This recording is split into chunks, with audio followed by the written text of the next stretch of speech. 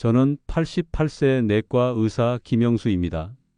평생을 의사로 살면서 수많은 분들의 건강을 돌봐왔습니다. 특히 우리 어르신들이 건강 때문에 마음고생하시는 모습을 보면 제 부모님 같고 제 형제 자매 같아서 늘 마음이 쓰였습니다. 얼마 전 제가 자주 가는 동네 공원에서 우연히 최 여사님과 김 여사님 두 분이 나누시는 이야기를 듣게 되었습니다. 최 여사님께서 걱정스러운 목소리로 말씀하시더군요. 아이고 김 여사. 박 여사네 말 들었어?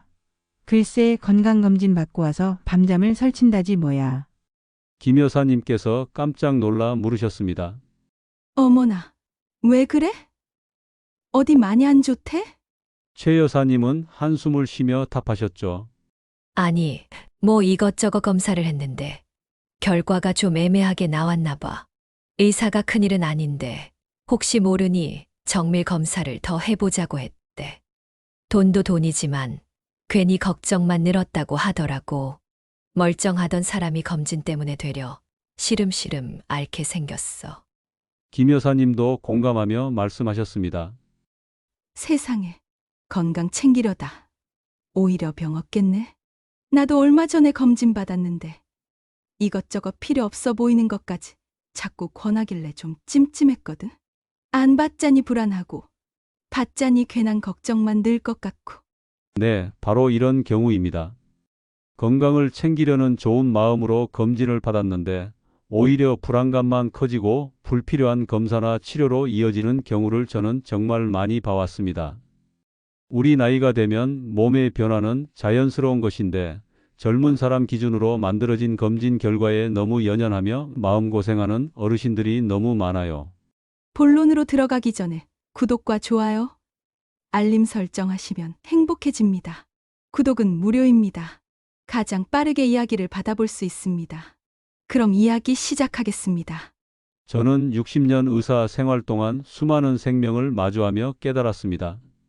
노년의 건강관리는 젊을 때와는 달라야 한다는 것을요. 무턱대고 모든 검사를 다 받는 것이 능사가 아닙니다. 오히려 우리 몸에 부담을 주고 괜한 걱정거리를 만들고 소중한 노후 자금을 헛되이 쓰게 만드는 독이 되는 검진들이 분명히 존재합니다. 병원에서는 이런 솔직한 이야기를 잘 해주지 않을 겁니다. 왜냐하면 잠시 뜸을 들입니다. 그 이유는 잠시 후에 말씀드리겠습니다. 하지만 저는 여러분의 건강과 행복을 진심으로 바라는 마음으로 제가 평생 쌓은 경험과 의사로서의 양심을 걸고 말씀드리려 합니다. 우리 어르신들이 노년에 접어들면서 절대 하면 안 되는 건강검진 3가지가 무엇인지 그리고 왜 그것이 불필요하거나 위험할 수 있는지 제 경험을 바탕으로 자세히 알려드릴 겁니다. 이 이야기 정말 중요합니다. 여러분의 남은 인생을 편안하고 건강하게 보내시는데 큰 도움이 될 거라 확신합니다. 자, 그럼 지금부터 제가 알려드리는 노년 건강검진의 진짜 지혜에 귀 기울여 주세요. 제가 왜 병원에서는 이런 솔직한 이야기를 잘 해주지 않는다고 했을까요? 물론 모든 병원이나 의사가 그렇다는 것은 절대 아닙니다. 하지만 안타깝게도 우리 사회의 의료 시스템이나 관행상 검사를 많이 할수록 병원 입장에서는 수익이 늘어나는 구조가 되어 있는 경우가 많습니다. 그러다 보니 환자분께 꼭 필요하지 않은 검사까지도 권하게 되는 유혹에 빠지기 쉬운 것이지요. 또한 의사 입장에서는 혹시라도 놓치는 부분이 있을까봐 불안한 마음에 이것저것 검사를 다 해보자고 하는 경우도 있고요. 환자분 입장에서는 의사가 권하니 당연히 필요한 검사겠거니 하고 따르게 되는 것이고요. 이런 상황들이 맞물려 불필요한 검진이 자꾸 늘어나게 되는 것입니다. 하지만 저는 의사로서의 양심과 60년의 경험을 통해 단언컨대 말씀드릴 수 있습니다. 우리 어르신들에게는 오히려 안 하느니만 못한 건강검진들이 분명히 존재합니다. 괜히 몸에 부담만 주고 마음을 불안하게 만들고 귀한 노후 자금만 축내는 검진들이지요. 자, 그럼 지금부터 우리 어르신들이 노년에 접어들면서 절대 하면 안 되는 건강검진 3가지 중 첫 번째를 말씀드리겠습니다. 첫 번째는 바로 과도한 영상 검사입니다. 특히 CT나 MRI 같은 정밀 영상 검사를 말씀드리는 것입니다. 물론 이런 검사들이 꼭 필요한 경우도 있습니다. 생명을 위협하는 심각한 질병을 조기에 발견하는데 큰 도움이 되기도 하지요. 하지만 우리 나이가 되면 몸 안에 크고 작은 변화들이 생기는 것은 너무나 자연스러운 일입니다. 젊을 때는 없었던 작은 혹이나 물혹 혹은 퇴행성 변화 같은 것들이 발견될 수 있습니다. 문제는 이런 변화들이 대부분 우리 건강에 아무런 해를 끼치지 않는 그저 나이가 들면서 생기는 자연스러운 현상인 경우가 많다는 것입니다. 그런데 영상 검사에서 이런 것들이 발견되면 의사 입장에서는 혹시 모를 아주 낮은 확률의 위험성 때문에 추가 검사나 조직 검사를 권하게 됩니다. 환자분은 멀쩡히 잘 지내다가 갑자기 몸에 혹이 있다는 이야기를 들으면 얼마나 놀라고 걱정되시겠습니까? 그 순간부터 불안감에 휩싸여 밤잠을 설치고 괜히 몸이 더 아픈 것 같고 결국 불필요한 추가 검사와 병원 방문으로 이어지게 되는 것입니다.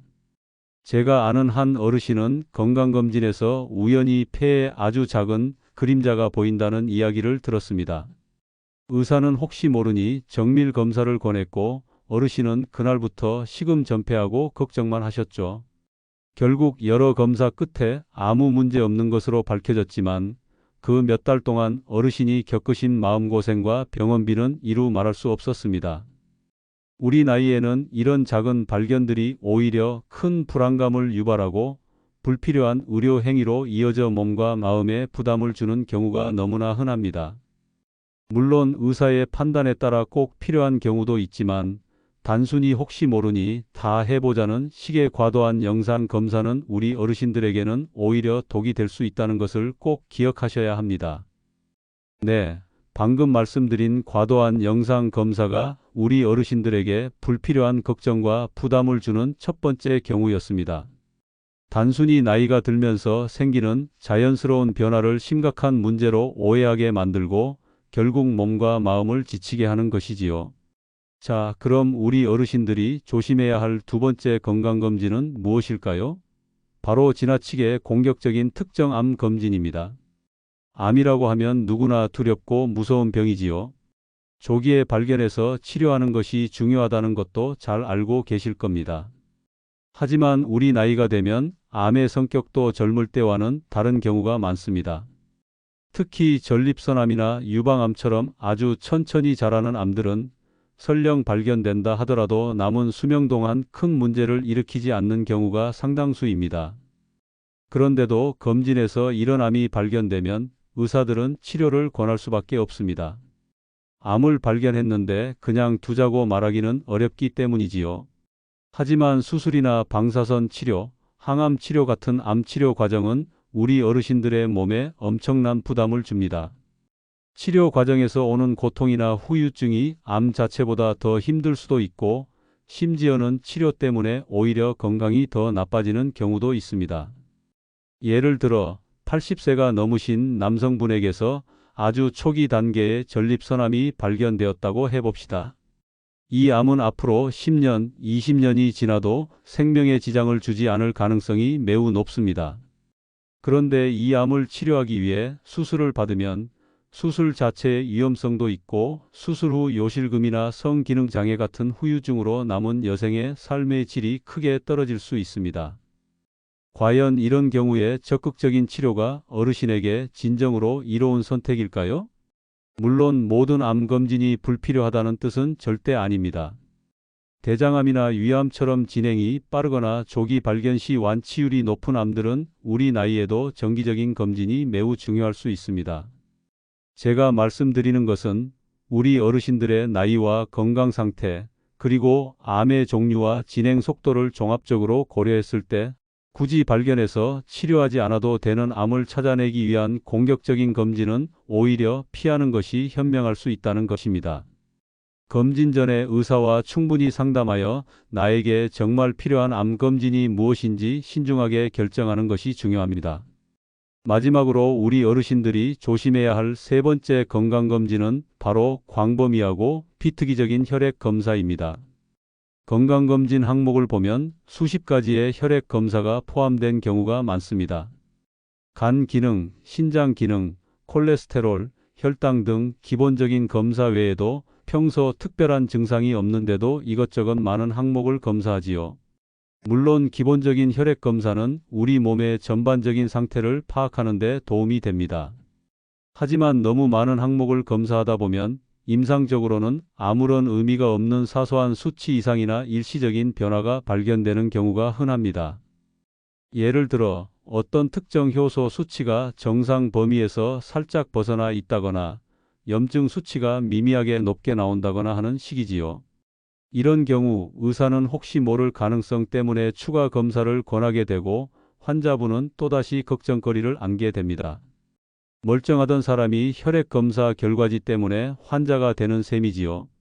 이런 사소한 이상 소견을 추적하기 위해 여러 병원을 전전하고 불필요한 검사를 반복하면서 시간과 돈, 그리고 마음의 에너지를 낭비하게 되는 경우가 너무나 많습니다. 우리 나이에는 몸의 기능이 조금씩 떨어지고 수치가 젊을 때와 달라지는 것이 자연스러운 현상입니다.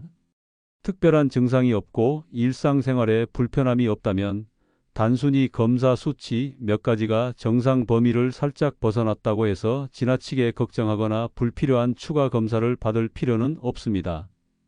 정말 중요한 것은 수치 자체가 아니라 내 몸이 보내는 신호, 즉 증상에 귀 기울이고 불편한 점이 있을 때 병원을 찾는 것입니다.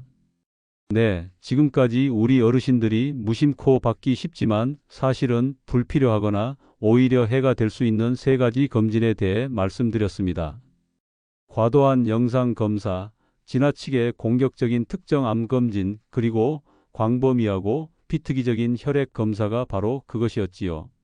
이런 검사들은 우리 몸의 자연스러운 노화 과정을 병으로 오해하게 만들고 괜한 걱정과 불필요한 의료 행위로 이어져 몸과 마음을 지치게 할 수 있습니다. 그렇다면 우리 어르신들에게 정말 필요하고 중요한 건강관리는 무엇일까요? 제가 60년 의사 생활을 통해 내린 결론은 이렇습니다. 우리 나이에는 숫자보다는 내 몸의 소리에 귀 기울이는 것이 훨씬 중요합니다. 검진 결과지에 찍힌 수치 몇 개에 연연하기보다는 내가 평소에 어떤 증상을 느끼는지, 몸이 보내는 신호는 무엇인지에 집중해야 한다는 뜻입니다. 예를 들어 소화가 잘 안 되고 속이 계속 불편하다면 위내시경 검사를 받아보는 것이 좋습니다. 대변에 피가 섞여 나오거나 배변 습관에 큰 변화가 생겼다면 대장 내시경 검사가 필요할 수 있습니다. 가슴에 통증을 느끼거나 숨이 차는 증상이 있다면 심장 관련 검사를 해봐야겠지요. 이처럼 어떤 불편한 증상이 있을 때 그 증상의 원인을 찾기 위한 검사를 하는 것이 가장 현명한 건강관리 방법입니다. 물론 증상이 없더라도 우리 나이에 꼭 필요한 기본적인 검진들이 있습니다. 예를 들어 혈압이나 혈당, 콜레스테롤 같은 만성 질환 관련 검사는 정기적으로 확인하는 것이 좋습니다. 이러한 질환들은 초기에는 증상이 없는 경우가 많지만 꾸준히 관리하지 않으면 심각한 합병증으로 이어질 수 있기 때문입니다. 또한 폐렴이나 독감 예방 접종처럼 감염병을 예방하기 위한 노력도 우리 어르신들에게는 매우 중요합니다.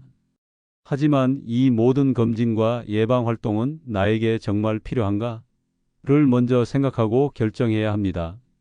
옆집 순이 할머니가 받았다고 해서 나도 똑같이 받을 필요는 없습니다.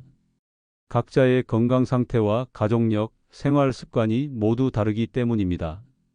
가장 좋은 방법은 평소에 믿고 의지할 수 있는 주치의를 정하고 그 의사 선생님과 충분히 상담하여 나에게 꼭 필요한 검진 계획을 세우는 것입니다. 내 몸 상태를 가장 잘 아는 의사와 함께 결정할 때 불필요한 검사는 줄이고 꼭 필요한 검사는 놓치지 않을 수 있습니다. 기억하십시오. 건강검진은 만능이 아닙니다. 검진 결과가 좋다고 해서 앞으로 절대 아프지 않으리라는 보장은 없습니다. 반대로 검진 결과가 조금 나쁘게 나왔다고 해서 너무 절망할 필요도 없습니다. 중요한 것은 검진 결과를 바탕으로 앞으로 어떻게 내 건강을 관리해 나갈 것인가 하는 계획을 세우는 것입니다. 네, 건강검진 결과에 너무 일희일비하지 않는 것이 중요하다고 말씀드렸습니다. 특히 우리 나이에는 사소한 이상 소견에 너무 마음 쓰지 마시고 정말 중요한 변화에 집중하는 지혜가 필요합니다. 만약 검진 결과에서 어떤 문제가 발견되었다면 가장 먼저 해야 할 일은 그 결과를 너무 심각하게 받아들이기보다는 차분하게 주치의와 상담하는 것입니다. 의사 선생님께 이 결과가 내 나이와 건강 상태를 고려했을 때 어떤 의미인지, 앞으로 어떻게 해야 하는지 자세히 물어보세요. 필요하다면 다른 의사 선생님의 의견을 들어보는 것도 좋은 방법입니다. 중요한 것은 불안감에 휩싸여 섣부른 판단을 내리거나 불필요한 치료를 서두르지 않는 것입니다. 사실 우리 어르신들의 건강은 검진 결과지 숫자 몇 개로만 판단할 수 있는 것이 아닙니다. 매일매일의 생활 습관이 훨씬 더 중요하지요. 제가 평생 환자분들을 지켜보면서 느낀 것은 건강하게 오래 사시는 분들은 특별한 비법이 있는 것이 아니라 기본적인 생활 습관을 꾸준히 지키는 분들이라는 것입니다. 그럼 우리 어르신들이 건강한 노후를 위해 일상생활에서 실천할 수 있는 것들은 무엇일까요? 첫째는 바로 잘 먹는 것입니다. 우리 나이가 되면 소화 기능이 떨어지고 입맛이 없어지기도 해서 대충 때우는 경우가 많은데, 그러면 몸에 필요한 영양분을 제대로 섭취하기 어렵습니다.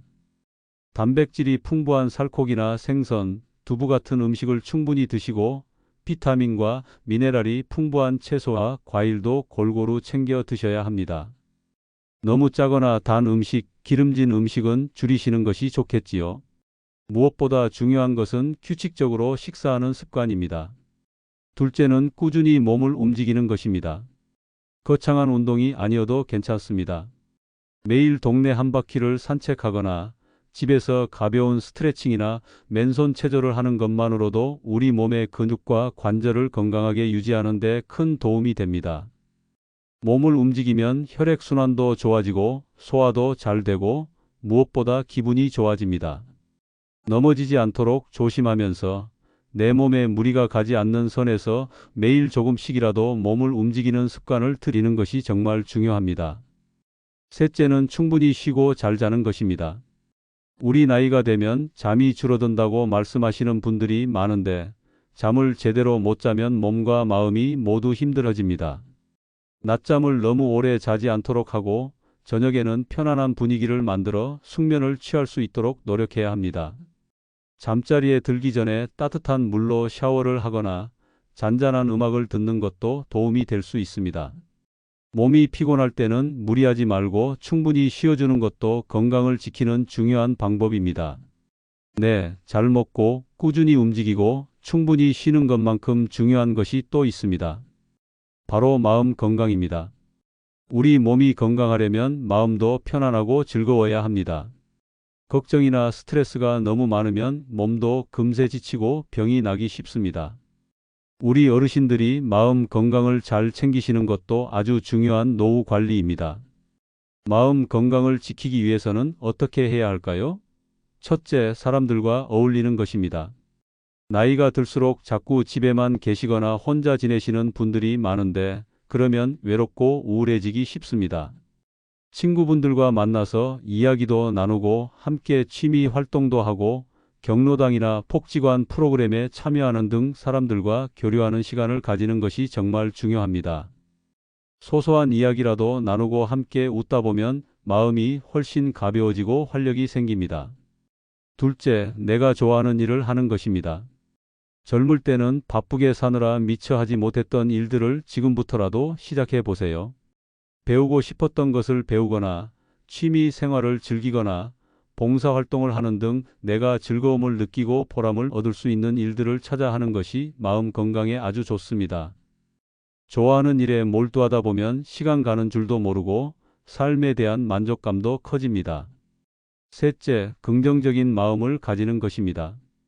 물론 우리 나이가 되면 몸도 예전 같지 않고 이런저런 걱정거리가 생기기도 합니다. 하지만 너무 부정적인 생각에만 빠져 있으면 마음이 더 힘들어집니다. 나는 늙어서 아무것도 못해라고 생각하기보다는 나는 아직 할 수 있는 일이 많아, 오늘 하루도 감사한 일들이 있었지 하고 긍정적으로 생각하려고 노력하는 것이 중요합니다. 작은 것에 감사하고 좋은 점을 찾아보려고 애쓰다 보면 마음이 훨씬 밝아지고 행복해집니다. 제가 의사로서 수많은 환자분들을 만나면서 느낀 것은 아무리 몸이 아파도 마음이 긍정적이고 밝은 분들은 병을 이겨내는 힘이 강하다는 것입니다. 반대로 몸은 멀쩡해도 마음이 늘 불안하고 부정적인 분들은 사소한 병에도 쉽게 무너지는 것을 보았습니다. 그만큼 마음의 힘이 우리 건강에 미치는 영향은 정말 크다고 할 수 있습니다. 그러니 우리 어르신들, 몸 건강만큼이나 마음 건강도 잘 챙기시길 바랍니다. 사람들과 어울리고 좋아하는 일을 하고 긍정적인 마음을 가지려고 노력하는 것. 이것이 바로 건강하고 행복한 노후를 위한 중요한 지혜입니다. 네, 지금까지 제가 우리 어르신들이 건강검진에 대해 어떤 마음을 가져야 하는지, 그리고 일상생활에서 어떤 노력을 해야 건강한 노후를 보낼 수 있는지에 대해 제 경험을 바탕으로 솔직하게 말씀드렸습니다. 불필요한 검사로 괜한 걱정거리를 만들거나 몸에 부담을 주는 대신 정말 필요한 검사는 챙기되 내 몸의 소리에 귀 기울이고 기본적인 생활 습관을 잘 지키는 것이 훨씬 중요하다는 것을 강조했습니다. 기억하십시오. 우리 몸은 기계가 아닙니다. 나이가 들면 자연스럽게 여기저기 삐걱거릴 수도 있고 젊을 때와는 다른 모습이 나타나는 것이 당연합니다. 작은 변화 하나하나에 너무 예민하게 반응하기보다는 내 몸이 보내는 큰 신호들, 즉 불편한 증상에 집중하는 것이 현명합니다. 그리고 그런 신호가 있을 때는 주저하지 말고 믿을 수 있는 의사 선생님을 찾아가 상담하고 필요한 검사나 치료를 받는 것이 중요합니다. 또한 몸 건강과 마음 건강은 절대로 따로 생각할 수 없습니다. 마음이 편안하고 즐거워야 몸도 건강해집니다. 사랑하는 사람들과 함께 시간을 보내고 내가 좋아하는 일을 하면서 삶의 활력을 찾고 어떤 상황에서도 긍정적인 마음을 잃지 않으려고 노력하는 것. 이것이 바로 우리 어르신들이 건강하고 행복한 노후를 보내는데 꼭 필요한 지혜입니다. 제가 60년 넘게 의사로 살면서 수많은 어르신들을 만나왔습니다. 어떤 분들은 검진 결과에만 매달려 사소한 수치 변화에도 불안해하며 힘들어하셨고, 어떤 분들은 검진 결과가 조금 좋지 않아도 내 나이에 이 정도면 괜찮지 뭐 하고 긍정적으로 받아들이며 즐겁게 생활하셨습니다. 놀랍게도 후자의 분들이 훨씬 더 건강하고 활기찬 노후를 보내시는 것을 저는 두 눈으로 똑똑히 보았습니다. 결국 건강한 노후는 비싸고 많은 검사를 받는다고 해서 보장되는 것이 아닙니다. 내 몸을 잘 이해하고 꼭 필요한 것만 챙기며 매일매일의 삶 속에서 건강한 습관을 실천하고 무엇보다 마음을 편안하게 가지는 것. 이것이야말로 우리 어르신들이 진정으로 추구해야 할 건강관리의 방향이라고 저는 확신합니다. 우리 어르신들의 건강은 검진 결과지 숫자나 병원에서 권하는 수많은 검사에 달려 있는 것이 아니라 바로 여러분 자신의 손에 달려 있다는 것입니다. 내 몸의 소리에 귀 기울이고 꼭 필요한 검사는 신중하게 선택하며 매일매일 건강한 생활 습관을 실천하고 무엇보다 마음을 편안하고 긍정적으로 가지는 것. 이것이야말로 그 어떤 비싼 약이나 검사보다 여러분의 노후를 건강하고 행복하게 지켜줄 가장 확실한 방법입니다. 저는 88세의 나이에도 여전히 진료실을 지키며 환자분들을 만나고 있습니다. 제가 이렇게 건강하게 지낼 수 있는 비결도 사실은 대단한 것이 아닙니다. 제 몸이 보내는 신호에 귀 기울이고 억지로 무리하지 않으며 좋아하는 사람들과 이야기 나누고 매일 아침 햇볕을 쬐며 가볍게 몸을 움직이는 것. 그리고 무엇보다 오늘 하루도 감사하다는 마음으로 살아가려고 노력하는 것. 바로 이런 소소한 일상들이 모여 저의 건강을 지탱해주고 있다고 믿습니다. 오늘 제가 드린 이야기가 우리 어르신들의 건강관리에 조금이나마 도움이 되었기를 진심으로 바랍니다. 더 이상 불필요한 걱정이나 검사로 귀한 시간과 돈, 그리고 마음의 에너지를 낭비하지 마시고 여러분의 남은 인생을 건강하고 활기차게 보내시는 데 집중하시기를 응원합니다. 이 오디오북을 통해 제가 평생 쌓아온 작은 지혜를 여러분과 나눌 수 있어서 정말 기쁩니다. 혹시 오늘 내용에 대해 궁금한 점이 있으시거나 여러분의 건강관리 경험을 나누고 싶으시다면 댓글로 자유롭게 이야기해 주세요. 여러분의 소중한 경험과 생각이 다른 분들께도 큰 도움이 될 것입니다. 그리고 만약 오늘 이야기가 유익하셨다면 더 많은 분들이 이 귀한 정보를 들으실 수 있도록 구독과 좋아요도 꼭 눌러주시면 감사하겠습니다. 여러분의 작은 관심이 저에게는 큰 힘이 됩니다. 끝까지 경청해 주셔서 감사합니다. 여러분 모두 건강하고 평안한 하루하루 보내시기를 진심으로 기원합니다.